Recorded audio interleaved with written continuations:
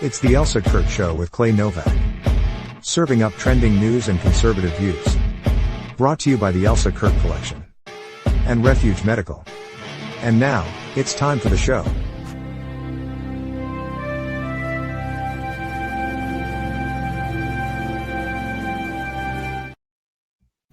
Well, hey now, what's up, Clay? How are you? What is that from? Well, hey now? I feel like it's from something. I think that was that bad 90s bands. Was it Smash Mouth? Oh, yes, you're right. Yeah. Hey now. Oh, so oh my gosh, we just talked to guys just before we started. We were just talking about how badly we sing, and I just had the audacity to start singing. Ignore that, people. You didn't hear it. Nobody heard anything. No, there will be none of that. It is that bad. It is that bad. We both agree that we're terrible singers, and yes, it doesn't stop either one of us. So whatever, yeah. It's all good. How you been, Clay? I'm good. It's a busy time of year for everybody. We're approaching the holidays. Kids are getting ready for fall breaks, and then Halloween is just around the corner. Are you a Halloween girl? Are you? I am not. I never have been. Not even when I was a kid. I actually had such a strong aversion to Halloween that it became like psychosomatic type thing. Like I was sick. I always got sick on Halloween. Like I don't like to get scared. And my mother loves scary movies. Like the scarier, the better. So I was so traumatized as a child because now I'm aging myself, dating myself quite a bit here. Like she would be out there watching like Amityville Horror and Rosemary's Baby and like all these things. And I would hear it from, it was a very small apartment when I was a kid. And I think I was so traumatized by anything scary. And of course, Halloween, people love to jump out and scare you. So strong aversion to it. And now I get to say, well, I'm a Christian, so I don't really celebrate that. It's because I'm a big chicken and I'm terrified, and this is just bonus. So long answer, I do not. Do you guys? No, so as a kid, Chicago was always like, it could be 90 or it could be, 32. So there were a few Halloweens with the Christmas coat or with a winter coat over that costume kind of thing. Yeah. There were plenty of Halloweens, just drowned in rain. But I kind of stopped doing the Halloween thing. Like, when I was in the Army, the military would do a great job. I'm fairly confident the military is who invented the trunk or treat concept, which is great for little kids. It really is. But honestly, I think, so many local places now are like, we're not trick-or-treating on Halloween. You're doing it on Thursday, or you're doing it on whatever random day that they select. And I think that kind of takes away from it. And I am way over scary movies. Like it's not a thing anymore. So, I'm definitely more of a turn the lights off on Halloween and sit in the basement or the back of the house and not answer the door when kids come. So maybe if there's a thing as a Halloween Grinch, I might be that guy. Yeah. I'm right there with you. I'm getting more and more confident, Clay, that you and I are like twins separated at birth by a few years. No. Yeah. I can't do it. Do you remember those Halloween costumes from when we were kids? Like those nasty plastic masks. The plastic mask with the elastic stapled in that 5 minutes after putting it on would snap out. Yeah. Yes. Oh, I remember those. Oh, they were so awful. And if you were so blessed to have an older brother, he would come up and stick his finger right in the back of that elastic and just snap it right at the back of your head, and you start crying. An older sister would also do that. Oh, so it's just an older sibling thing. Yeah. You guys relate. That's also why Gen X is claustrophobic, those masks. All of Gen X has a claustrophobia, and it comes from those Halloween masks. Yeah, I think you're absolutely right. I can even, as we're talking about it, I can even remember the smell of that plastic. Yeah. Trying to breathe through that little mouth hole. Oh, yeah. And you're literally like, yeah. It's so bad. Oh, yeah. I feel re-traumatized all over again. So, guys, we want to know from you. You celebrate this holiday? We'll call it. I do celebrate the candy though. Like I'll buy all that candy and pretend like I'm going to do it, but I don't at all. Oh, Clay, we got a lot of stuff. We got a great show for everybody. Topics that we did not expect to be still talking about, yet we are. Yes. Oh, my goodness. They said he was running the country. Turns out it might have been a pen. Washington's 5th week of shutdown proves politicians love their paychecks more than yours. While D.C. fights, Trump's in the Pacific making real deals, alliances, minerals, and muscle. Back home, a New York candidate's citizenship comes under fire. At the border, ICE and patrol finally tighten the reins, and the left, still trying to figure out when their big tent turned into a divided house. Oh, and there's a new AI kid on the block ready to rival Wikipedia. Now it's time for the show. They said that he was running the country. It turns out it was a pen held by some staffers and maybe even his cokehead son, allegedly, or his elder abusing wife, allegedly. Yeah, guess what we are talking about, my friends? Yeah, we're back on that Autopen because it's still a conversation. It's become more of a conversation because House Oversight Chair James Comer has dropped that report on the DOJ's desk, alleging the Biden era executive actions, including the pardons and whatever else, were all executed by Autopen by we don't know who, or maybe we do. Yeah, I know we talked about this way back when, but an Autopen, it still baffles me that people don't understand that an Autopen is an actual physical, it's a machine, right? That it's code. There's an entry code to unlock it. It logs in all the signatures, but it is literally a machine that holds a pen that you put a document in and you push the buttons and it signs a pre-programmed signature. So when they say Autopen, it is literally an Autopen. But yeah, so it's come up with more detail that the Autopen in President Biden's office was used by people, not him, and also not authorized by him. Right. And so, as somebody who managed one of these things and had a code for one for a multi-star general for a little over a year, they are tightly, as well they should be, tightly managed. And clearly the one in the Oval Office was not being tightly managed. And my understanding is that when they put the timeline, this is what really cracked all of this. When they put the timeline of some of the signatures against the timeline of President Biden's travel, there was he wasn't even in the country when those were signed. Now, that doesn't mean that there wasn't authorization given by him, but it did put everything under scrutiny. And as soon as that became, apparent, the scrutiny got tighter, and now we are where we are. Oh, yes. So question number one for you, Clay. Do you think that the Autopen should be used, like, period, at all? Should we not have that as an option? I think there should be clear stipulations on what it is used for, like what legally, like there should be a statute, a law, something, on the books that says you can use it for and you cannot use it for. And I think more importantly, you cannot use it for, like, that specific list should be very, very clear. Right. You can use it for, like, listen, there's the president's signature is on a lot of things, and a lot of, like, hey, thanks for coming to the White House. Thanks for being a visitor. Hey, here's an invitation to an event. Like, if you want to put the president's signature on those kinds of non-legally binding documents where there's certificates of appreciation or things of that nature, fine. That saves any president, any administrative person, the chore of sitting at their desk for hours on end and signing things. Yeah. I have no problem with that. And in fact, when I managed one, that is primarily what we used them for my boss. We used the Autopen for. Now, when it comes to legal documents, absolutely not. I think it should be put on the books. It is illegal to use it for all of the things that it seems he used it for. Pardons, for executive orders, for all of these things.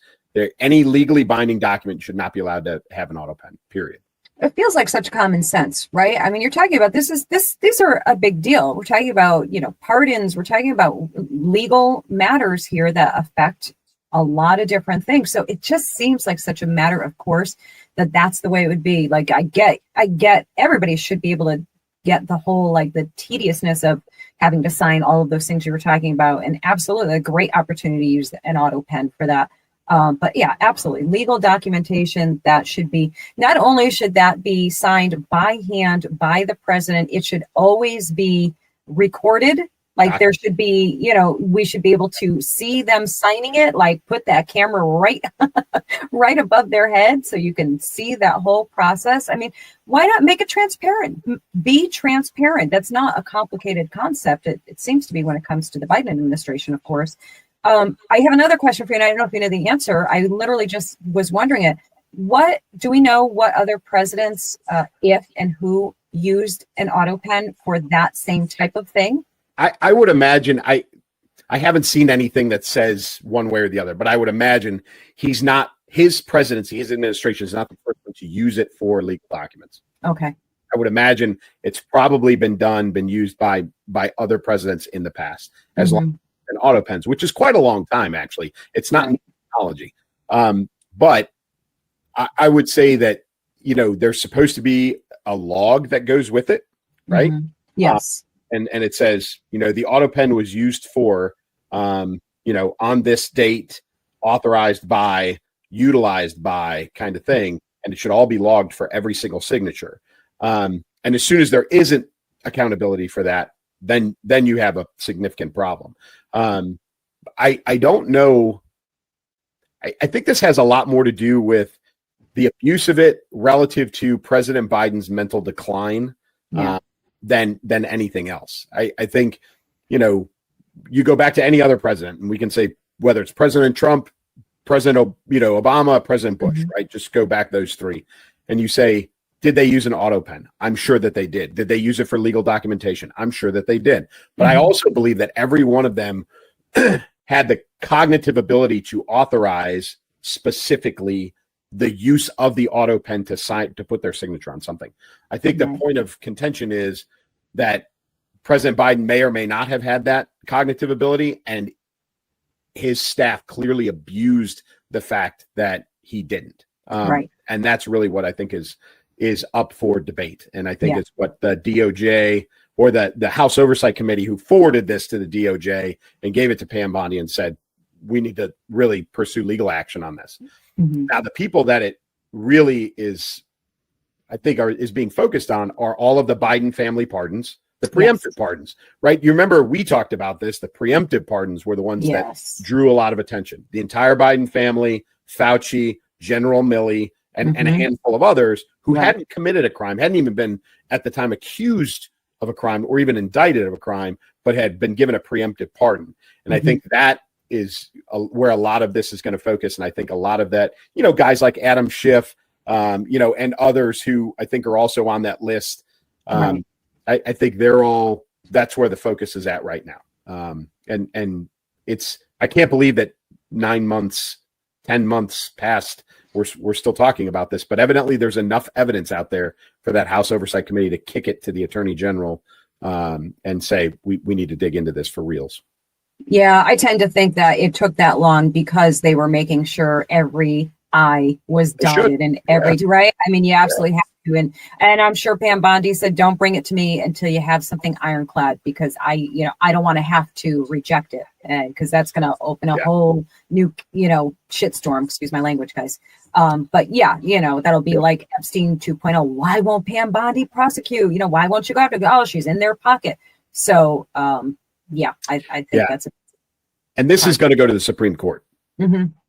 Guaranteed. So again, I think your instinct of it better be right the first time, because what you don't want is something like this to go into the legal process for legal review and potentially, for legal action, and have it be thrown out on an administrative technicality. That's the worst thing that could happen. Yeah, absolutely. And listen, there's always, and they're, pretty much going to be from the left that are going to say, oh, all this time has passed. The man is, ill and elderly and all of these things. Let it go.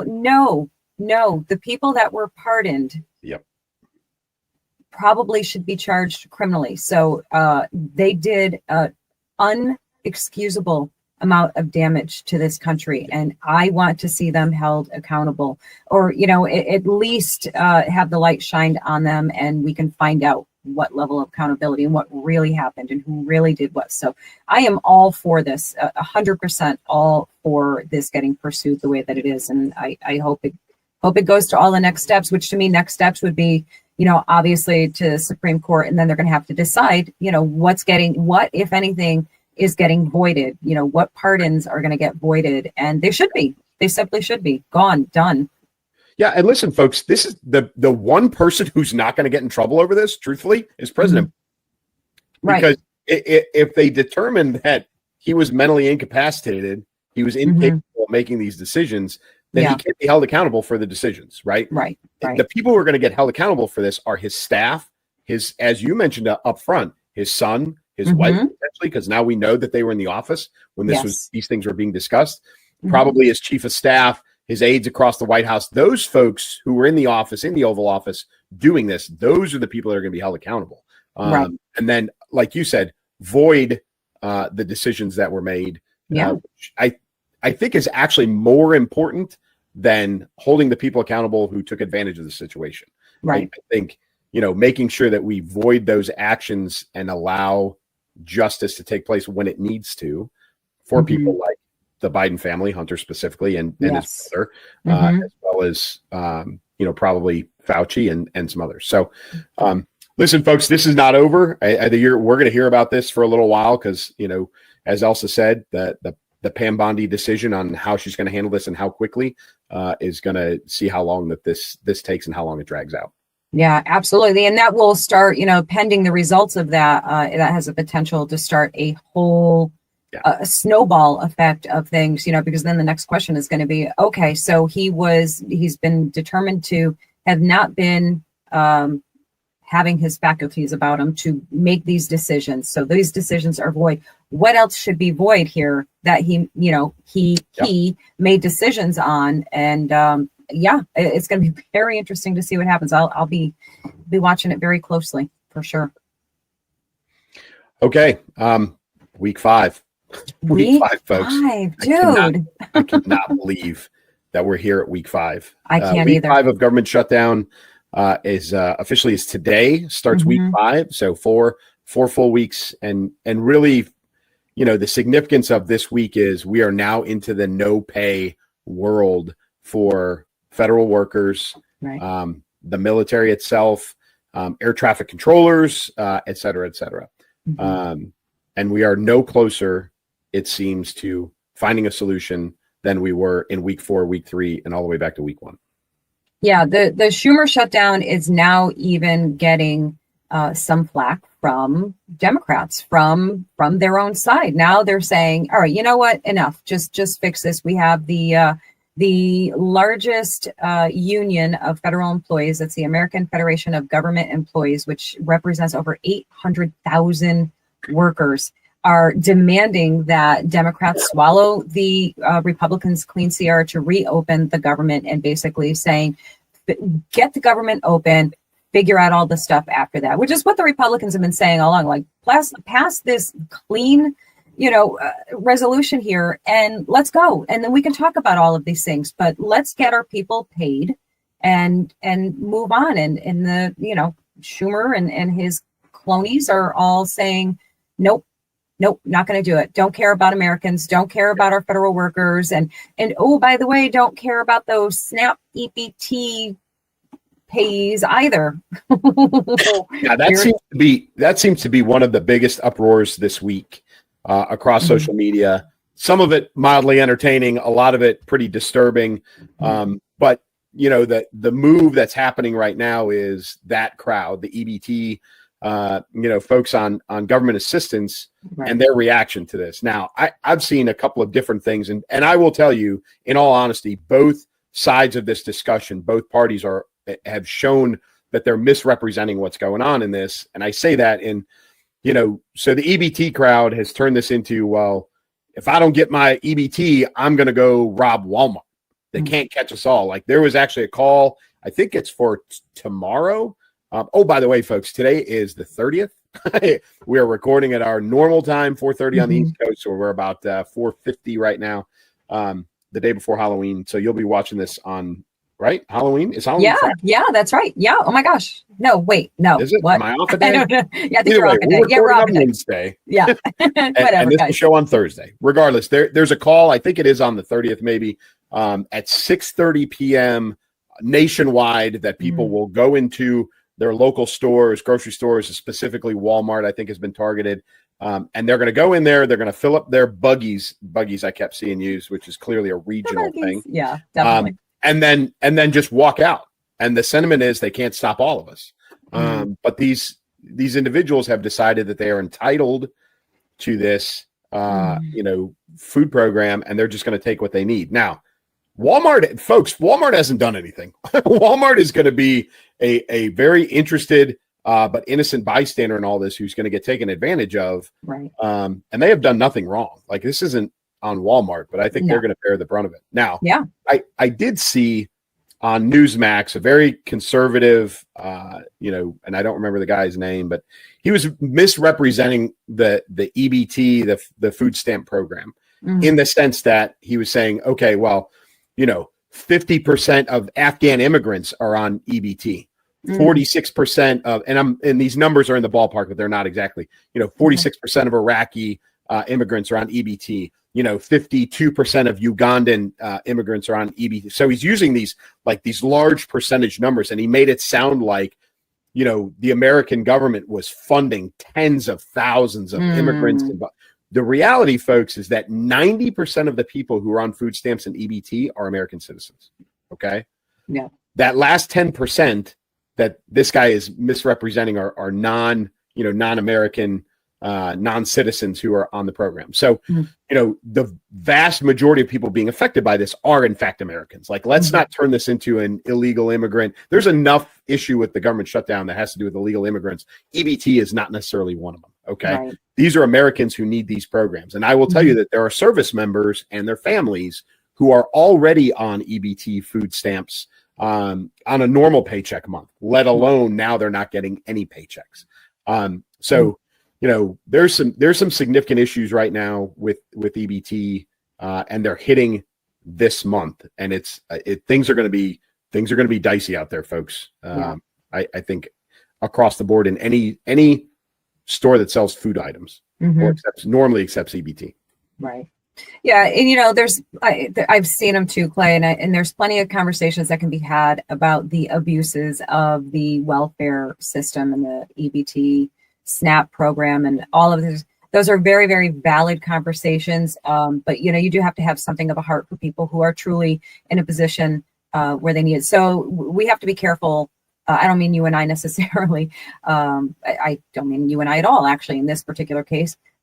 But we as a society need to be very careful about making blanket statements about a whole population of people who are in need of assistance. My issue, and I think all of our issues should be with the welfare system of how broken and disruptive it really is, and truly not helpful to people in need. But we talk.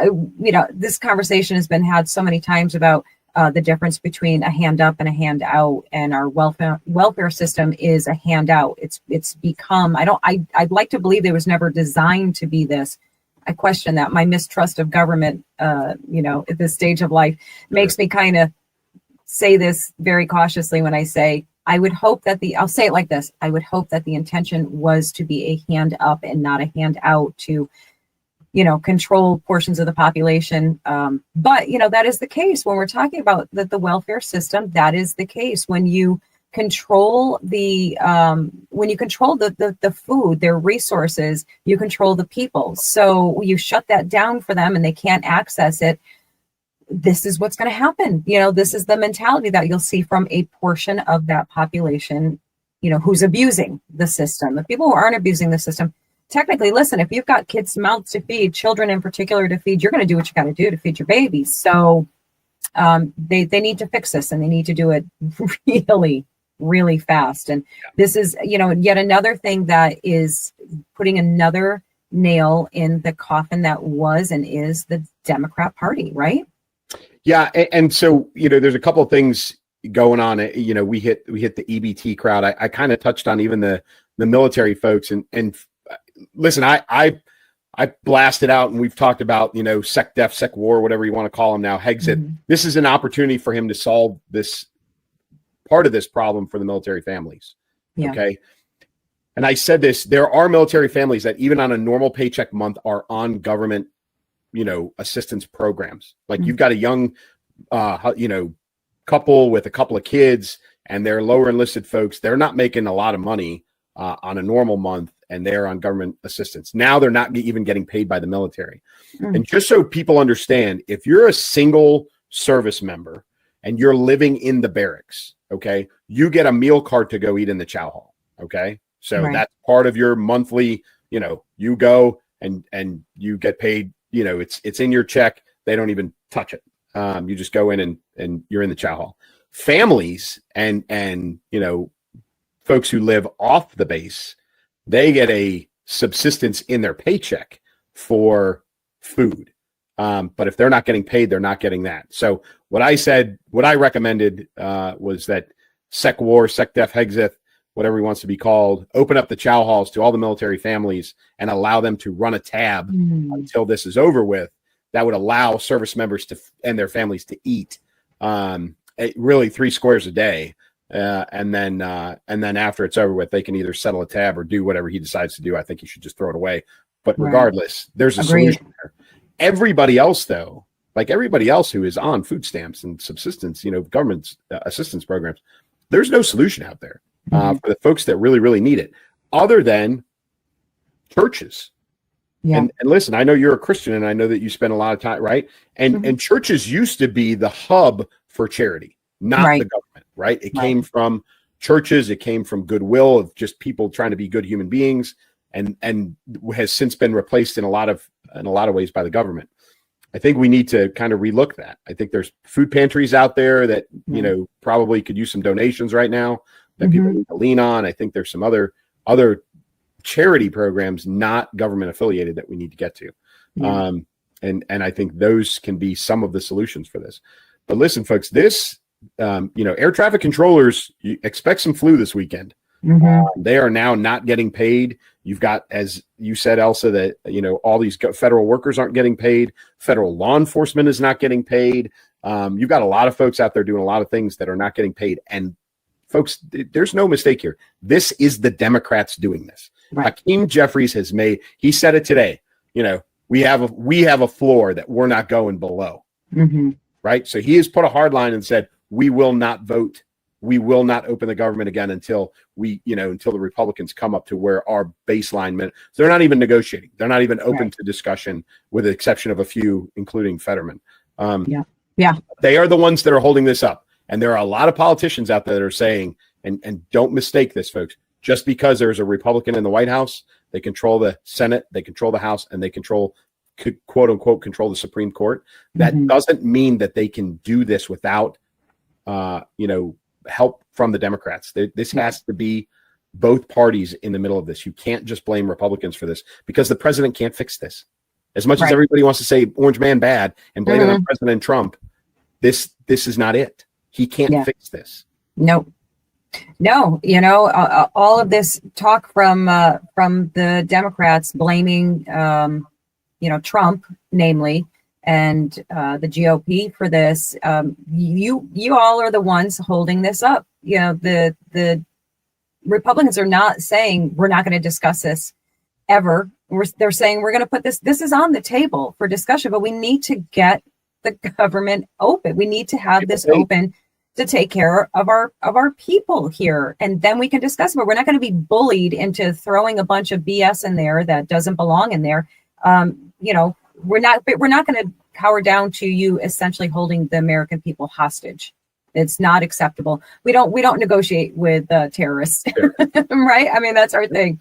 Yeah. So it's. Hey, folks, just for the rest of the world, for the rest of us, the rest of America, just be aware that it is going to get dicey in some food places over the next few days, and hopefully not, but few weeks potentially. So, if you can avoid those locations, but obviously a lot of people can't. So just be aware of your surroundings when you go into grocery stores, Walmart, places like that, because the amount of crime is about to increase. Yeah, pretty significantly. Yep. So just be aware of your surroundings. Yep, as excellent advice and very worthwhile advice, because it's going to be a thing that the more we go into this, the more desperate people get. Yep. And it's not, so you have that, right? You have the more people get desperate legitimately. You also have the ones that are going to take advantage, like the ones we were talking about in all those videos. They're just going to take advantage of this situation. They've got food. They're fine. They're totally fine. They're just going to take advantage of the situation, and they're just going to loot stores just because this is the the George Floyd riots, right, for racial equality that turned into stealing Louis Vuitton.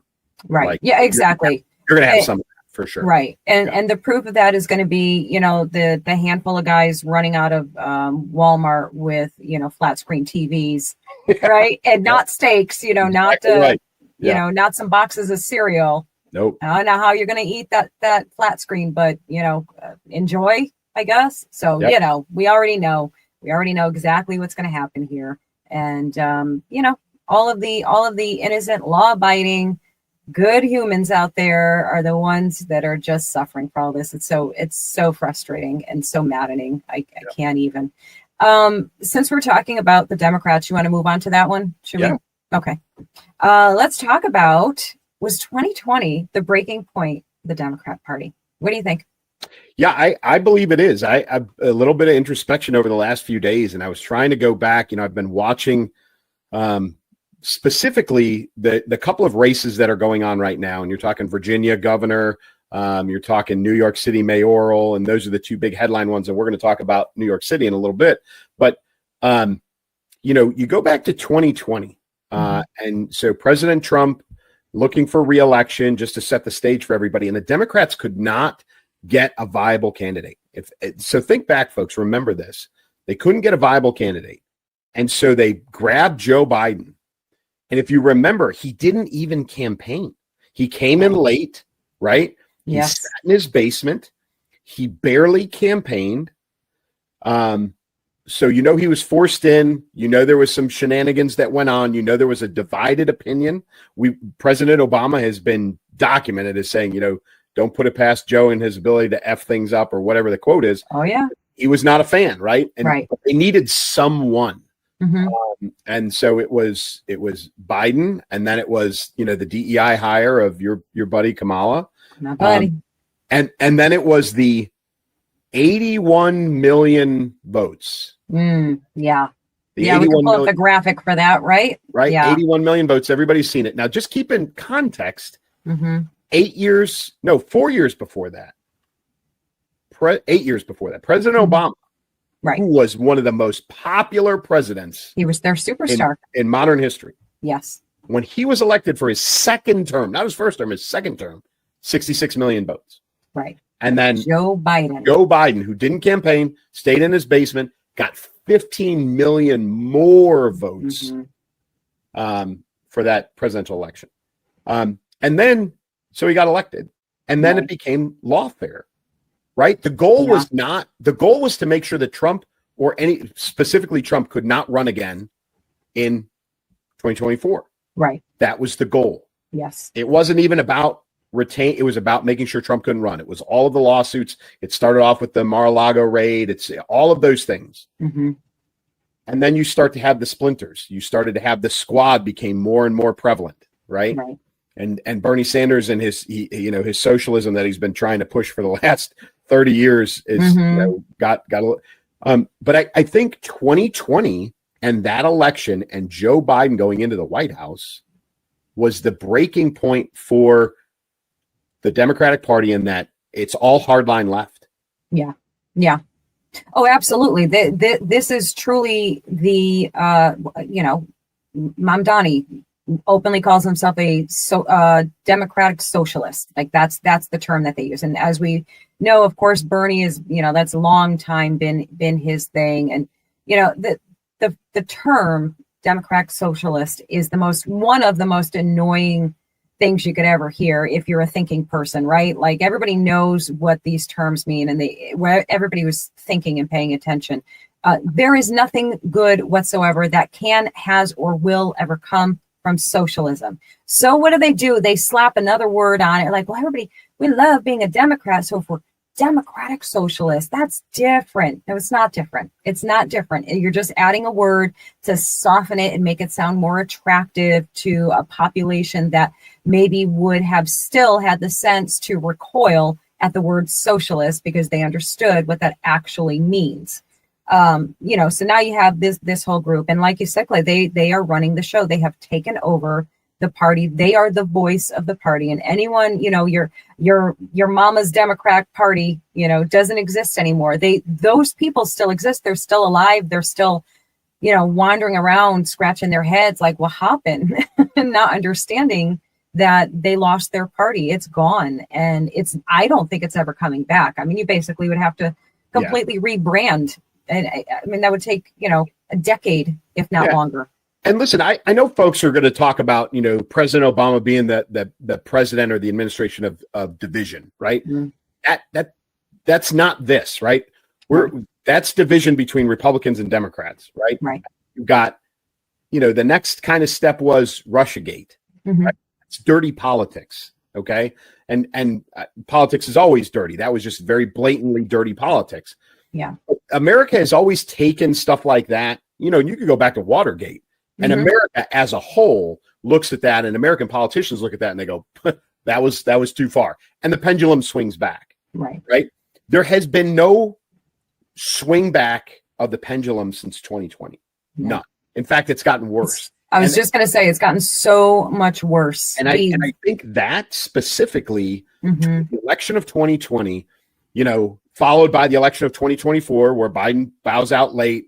They put Kamala in there with 0 electoral votes, truthfully, zero choice by the public. Now we're hearing through some of the books that are coming out that President Obama didn't want to endorse Kamala Harris. Nancy Pelosi, they supposedly had a secret meeting. Neither one of them was going to endorse Kamala Harris. And then when Joe Biden did it on stage, Nancy said, hey, the horse is out of the barn, and she did it too. And supposedly Obama called her up and said, what the F did you just do?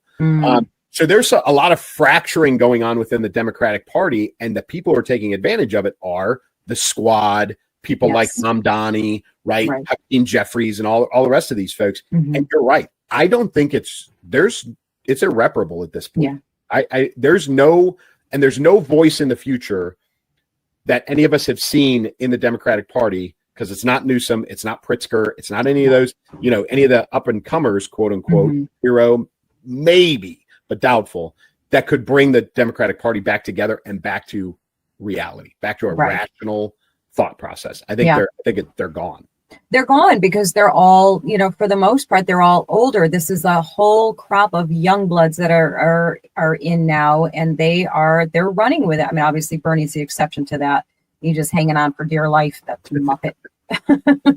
But, the only one, and again, anytime I bring up this guy's name, I'm always like, I can't even believe I'm using this guy in a positive light in any way, shape, or form. But, the only one that's notable, talking any sense, that people actually pay a little attention to is Fetterman.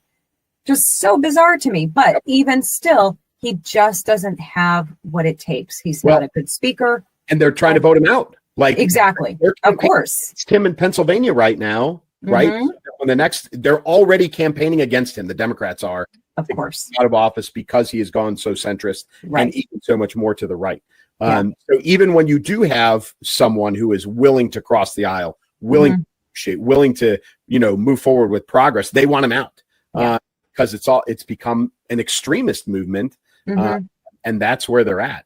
Even Cuomo, who we're both saying is the lesser of two really evil options for New York City, is I saw him in an interview today. He was saying if he's using fear in his own party now, right? The fracturing. He's saying if Mamdani wins New York, then Trump is going to roll tanks down Main Street and take over the city Mhm. by force because he is going to use Mamdani as an excuse. So now you've got this fractured infighting inside of the Democrats, Mhm. that they're now going against each other. So it's pretty broken, and I don't see a fix. I certainly don't see a fix by 2028. No, I agree. No, my goodness, I wish I had the crystal ball to see what's going to happen here, but this party the Democrat Party has completely shifted and changed. And again, I fully believe that they are not getting that party back. I don't see it happening. Again, if it's going to happen, it's, you got a decade, if not longer, before that can happen, because they just have too much steam. They have too much financial backing from very nefarious, deep pocket people, right? Yeah. And who want to see this happen. And, these are people who have been playing, and I've talked about this before, right? We've talked about this. They've played the long game. Yeah. This is decades in the making. And we were asleep at the wheel. We weren't paying attention. We weren't taking it serious enough. We believed that we had enough patriotism, people. And then you had all of the illegal immigrants coming through. And it's a deep, deep hole in the Democrats that once existed just don't have the steam to dig out of this. They just don't. They don't. Yeah, the Kennedy Democrats are gone.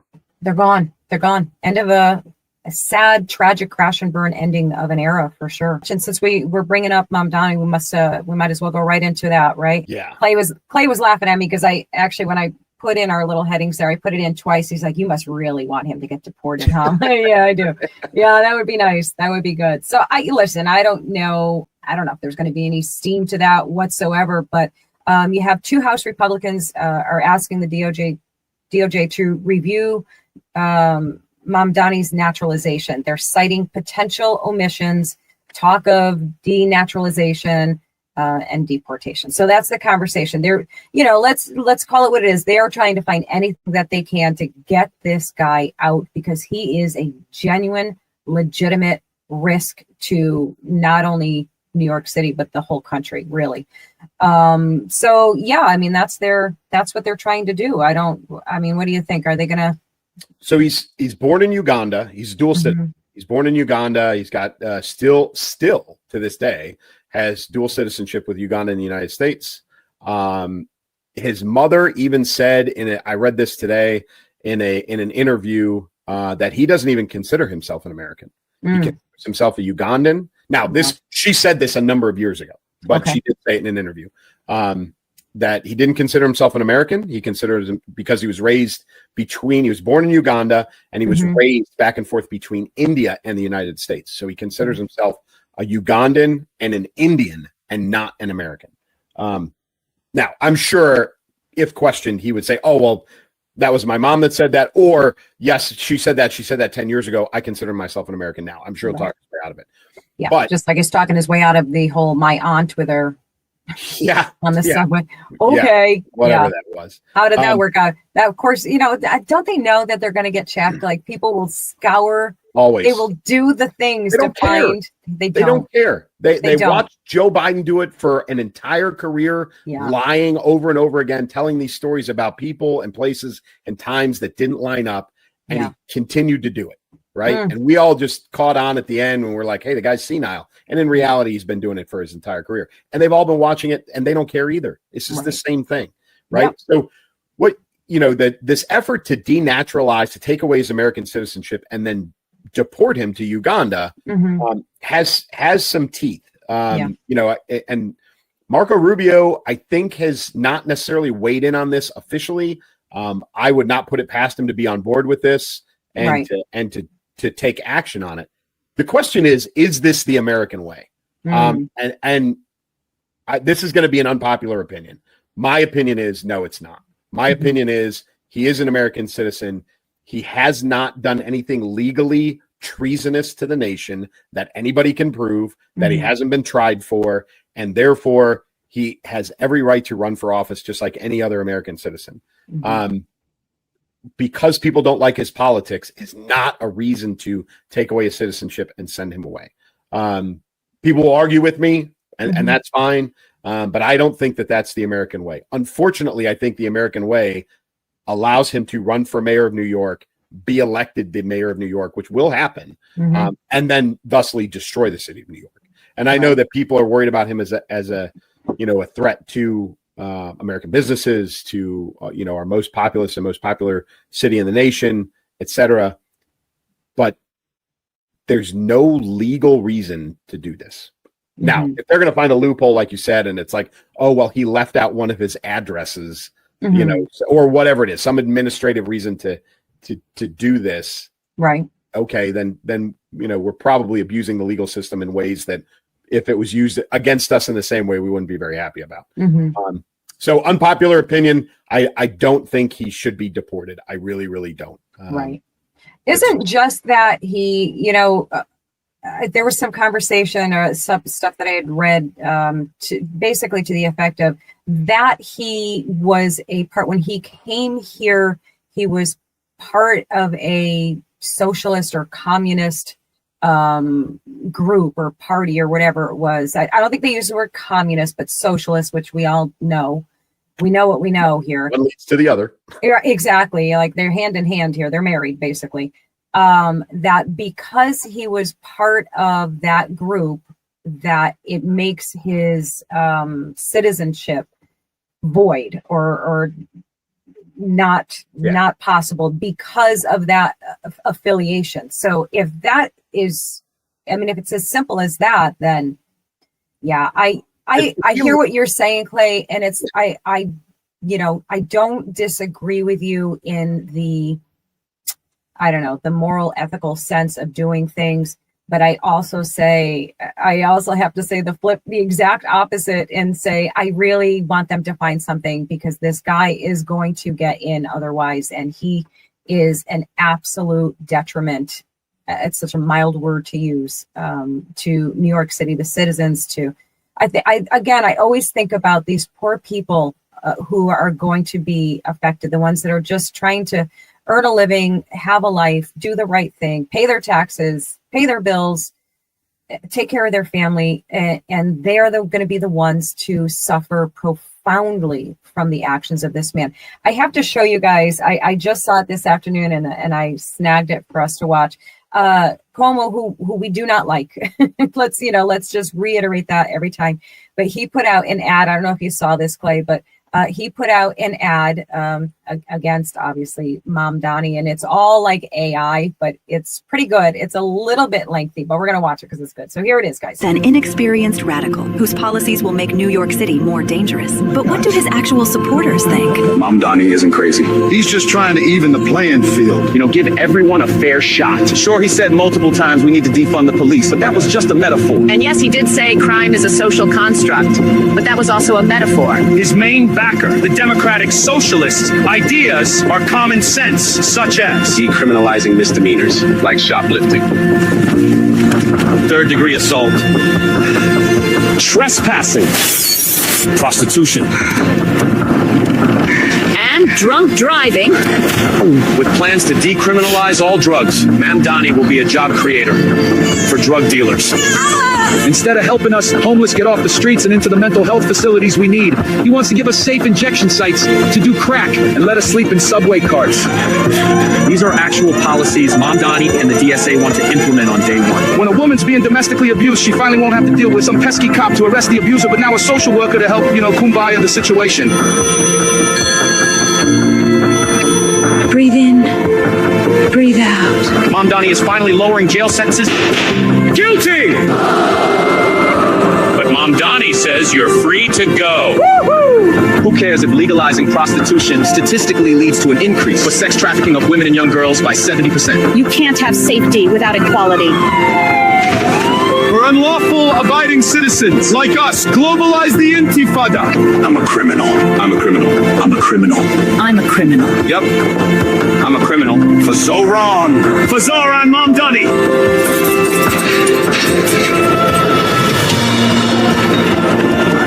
I didn't have a real job until I was 30, but sure, give me the keys to the city. What's the worst that can happen? Ouch. Wow. Ouch. Holy cow. Yeah, there were no punches pulled on that one at all. Yeah. say what you will, say what we will about Cuomo and his team there. That was a pretty in-your-face ad right there. Yeah. Again, folks, this is going back to touching on the last topic. Like, this is the broken fighting inside of the Democrat Party right now. Yeah. And again, he's fear-mongering a little bit. I don't think he's too far off of reality, but right. He's bringing it to the forefront. You know, the AI was a little sketchy, but it gets the point across. Yeah, exactly. But he did say it out loud. Like, he fully expects on the day of Mom Donnie's inauguration that Trump's going to roll tanks down Main Street in New York. And he's going to take over the city. So yeah, it's listen, if they can find, folks, I don't support Mom Donnie at all. Don't get me wrong. But if they can find that he lied on his citizenship application, then sure, absolutely take it away from him, send him away. But again, if we're reaching for straws that he didn't dot an I, and it was an administrative error versus a blatant, attempt to defraud or lie, that, I think we've got a different discussion to have. But it's folks, it's coming. We're like, what are we, a week, 2 weeks away? Less than, right? Yeah. It's I feel a deep sense of dread with the whole thing. I just feel like it's a foregone conclusion of what's going to happen here. I did see that they said Cuomo made some big leaps there, but I think Sliwa is not backing down. He's not backing out, right? I mean, he's dug his heels in. Listen, we already the writing's on the wall here. You know what's likely to happen, and act accordingly. I will speak on behalf of my soon-to-be adopted, well, not soon, but soonish, adopted state of Florida. Don't go there.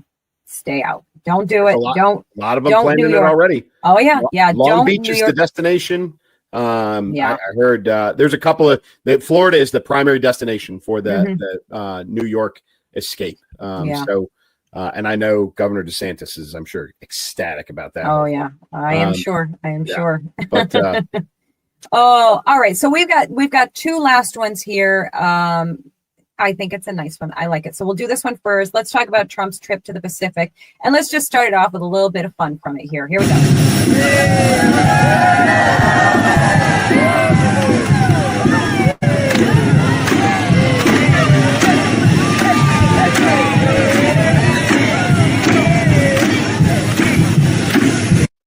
I loved it. I enjoyed that. I think we all enjoyed that. So they love him. They do. They loved him. And, this isn't a frivolous, dumb trip that people are, because, the left, I'm sure, I don't even know, but I'm sure they're saying things like, oh, it must be nice to just leave, crisis at home, right? And go have some fun with your new little friends. And I'm glad they're more important to you than we are. They're saying all the obnoxious things. Billions of dollars in trade, in business, in investment, and by the way, ended a war while he was, for kicks. Just felt like it. So it's like that. You ever see that meme? Felt cute today. Thought I'd end a war. So Malaysia, Thailand, Cambodia, Japan, South Korea, Vietnam, all business deals, right? So you've got trade deals, you've got investments in the U.S., you've got all of that, billions and billions and billions, hundreds of billions of dollars, and then signed the Kuala Lumpur Peace Accords, which ended a war between Cambodia and Thailand. Key deals with Japan, key deals with South Korea. What did you talk about? Rare earth minerals, right? Which is a big thing. Now that gives us a lot, not just us, Japan and Australia is also tied into that deal. Some freedom from China and their control over rare earth metals, which are the things that go into, I don't know, like computer chips and your EVs, phones, airplanes, electric cars, all of the things that we depend on, basically, right? So, and you put out one of the biggest key points there, that reducing our dependency on China, big deal here, really big deal here. So don't play it down, folks. This was a very important move that he did, and it's great. He is supposed to meet today, I think, with Xi Jinping from China. Yes. And then he did open the door. He offered a meeting to Rocket Man in North Korea, who didn't take it, but he did open the door. You're going to see some activity on this meeting with China today, guaranteed. And so We'll see what comes out of this, but already a successful trip. I mean, you can say highly what you want. successful. My goodness. And then they published today, he's going to get off the plane tomorrow. Mm-hmm. He's going to go. He's hosting an event in the middle of the day, right off the plane. And then he's giving out candy to trick-or-treaters tomorrow night. So he literally, Joe Biden would have been down for oh my gosh. He'd have come off. First of all, he never would have made the trip. Second of all, if he made the trip, it would have been 2 days, one stop, and he'd be back, and then he'd be out for a week. Yes. He couldn't do this if he tried. No. President Trump's going to get off the plane. He's going to go do some more events, and he's going to roll right in. And you know what, folks? If he goes golfing on Sunday, good for him. Leave the guy alone. Like, he earned that golf. He can golf. And you know what? If he does go golfing on Sunday, he'll be working while he's golfing. He will be making deals and he'll probably shoot under 85. Right? The dude's amazing. And hate him all you want. You can't keep up with him. Try. No. Show me someone half his age that can keep up with that man's schedule. Yeah. And he's incredible. I don't care if you hate him. I don't care if you love him. I don't care about any of that. You need to at least give him that man never, ever stops. He works so hard for this country that he loves so much. And I respect and admire that about him so, so much. And I don't really care if you don't. So whatever. It's all good by me. Last one of the evening. Elon's XAI has released the beta version of they're calling it Grokpedia. And it's to rival Wikipedia. And I think that is really very interesting. I don't know if it's good, bad, or indifferent. I just think that it's really interesting. Hence, we're throwing it in here for our last lighter topic here. Obviously, AI is such a huge point of contention for people. Rightly so. It is something that has grown to such a degree that it's out of control. I cannot stand some of these AI videos. There's a platform called Sora, I think it's called, out right now, right? And I know everybody's loving it. Everybody's enjoying it. These hokey videos that are, really now if you recognize, you recognize it because it's the same type of thing that they're doing over and over again. I personally cannot stand them. I scroll past them so fast because I don't know, maybe it's maybe it's my little bit of bitterness because I write, script, perform, edit. I do all of the work for my own skits and everything. And people are just like generating and so rude, but whatever, that's all. It is what it is. I am not a fan. If you're on the right, it's very likely that you are not a fan of Wikipedia because it's so profoundly biased because people could input information and change it and do all of those things. So I will be checking. I have not yet. I followed it or whatever. I don't know. I bookmarked it, I think is what I did. Grokpedia. I'm going to look into it for you guys. I maybe will even make a page for myself and y'all, maybe you guys can jump in and edit it. Be nice. You hear me? You behave. Yeah, I told Elsa before the show, folks, that I don't go much on Twitter. It just doesn't. I don't use it. But I did pop on it yesterday, and I saw this. Like this was the first thing that popped up. Obviously, it's on X/Twitter. But Elon Musk literally called Wikipedia Wokepedia because of the ability for people to go in there and edit. Anybody can go in and edit Wikipedia, as we all know. Right. So what they've been doing is they've been wokeifying Wikipedia. They're literally editing out truthful things, adding in things that go with the woke mindset, and they're changing what the entries are to fit that narrative. And he's like, we can't do this anymore. Right. So Grokpedia is supposed to be fact-based, not opinion-based. I don't know how much editing is going to be allowed available. I don't know how it's going to work. I don't think there's going to be much at all.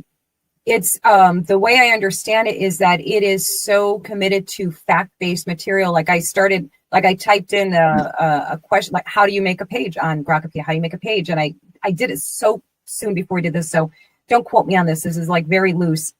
Basically, the gist of it is like you put in your information, you start inputting the information, and it warns you to not, lie or embellish because it's going to flag it and it's going to stop you immediately because it's like fact checking you in real time. So fabulously fascinating, I think, from that. So I do have an example. I almost forgot that I pulled this up for you guys. So this is the Wikipedia version of George Floyd. And as you can see, he's an African-American man who was murdered by a white police officer in Minneapolis, blah, blah, blah. you can probably freeze this and read it all yourselves if you so choose. Okay, so that's theirs. All right. Now here is the Grok version of that, which is really very just the facts, ma'am. Like straightforward. George gives his full name, American man, lengthy criminal record, which I don't think that the Wikipedia one even mentioned his criminal history. Drug possession, theft, blah, blah, blah. Gives the facts of the circumstances of what happened, and just very factually straightforward. Here's what happened. No, misleading or leading, words or statements or anything like that. So from that alone, it piques my curiosity. So we would love to hear what you guys think of that. Of course, we want to hear what you think of all of the topics. Pipe in, give us your opinions, your thoughts. If you got to correct us on something, go ahead and correct us. We got thick skins. We don't get insulted. If we were wrong on something, call it out. If we were right, even more importantly, if we were right, tell us how right we are. Because I love to be told I'm right. It's my favorite thing. Oh, but as usual, Clay, you did an awesome job picking out our topics. All really, really important topics that are so stressful. America's doing it for me. I don't. Yeah. So it's not hard nowadays. It's not hard. It's just you pop through 3 or 4 news outlets and the same 6 or 7 topics come up. Yeah. And I just grab the ones that I think are most interesting for us, and I'm happy to do it. And it's always fun to do it with you. Thank you, my friend. Awesome. And you guys are also our absolute favorite part of doing this every week. We thank you for tuning in. We thank you for sharing the show and supporting us and giving us feedback and all those great things. We're so appreciative to see the show growing. We love you guys very much, and we will see you all in next week's episode. Clay, you go ahead and close them out. You got something to say. Go ahead. I do. Everybody has to congratulate Elsa. 400,000 followers. Oh, yeah. Like, that's a huge thing. I'm just happy to be riding the coattails, folks. But 400,000 followers, that's a big milestone for Elsa. Congratulations to you, lady. Thank you so much. Happy to be your partner and proud for you. So give everybody, folks, just give Elsa a little round of applause in your living room. And we will see you next week. And from me, as always, keep moving, keep shooting. Take care, guys. Thank you. Combat veteran Terry Davis thought he left the fight behind. In Tampa, he uncovered a deadly conspiracy. Now, he's back home in Chicago, and war has followed him to his doorstep. Gangs armed like soldiers, a shadowy enemy rising from the past, and one man who refuses to stand down. From the quiet suburbs to the shores of Lake Michigan, Terry Davis will risk everything to protect the people he loves, because that is his cross to bear. Clay Novak's explosive new novel, Cross to Bear, Book 2 in the Terry Davis series. She's the voice behind the viral comedy, bold commentary, and truth-packed interviews that cut through the chaos. Author, brand creator, proud conservative Christian, this is Elsa Kurt. Welcome to the show that always brings bold faith, real truth, and no apologies.